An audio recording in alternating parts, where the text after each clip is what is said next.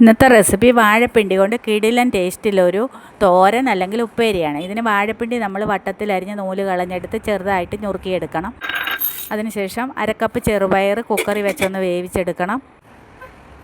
അതിനുശേഷം നമ്മൾ തോരനുള്ള ഇൻഗ്രീഡിയൻസ് ഒരു അരമുറി തേങ്ങ ചിരകിയത്, ഒരു സ്പൂണ് മഞ്ഞൾപ്പൊടി, ലേശം ജീരകപ്പൊടി, ഒരു 4 പച്ചമുളക്, ഒരു 5-6 ചെറിയ കഷ്ണം ഉള്ളി, ഇത്രയും കൂടിയിട്ടൊന്ന് ക്രഷ് ചെയ്തെടുക്കണം. അതിനുശേഷം നമ്മൾ ചീനച്ചട്ടി അടുപ്പിൽ വെച്ച് ലേശം എണ്ണ ഒഴിച്ച് വാഴപ്പിണ്ടി, അരിഞ്ഞു വെച്ച വാഴപ്പിണ്ടി അതിലേക്ക് ഇട്ട് ചെറുതായിട്ടൊന്ന് വഴറ്റിയതിന് ശേഷം ലേശം മഞ്ഞൾപ്പൊടി ഉപ്പും കൂടി ഇട്ട് അടച്ച് വെച്ച് വേവിക്കണം. ചെറുതായിട്ട് ഒന്ന് വെള്ളം തളിച്ച് കൊടുക്കുക. അതൊന്ന് വന്ന് കഴിയുമ്പോഴത്തേക്കിന് നമ്മൾ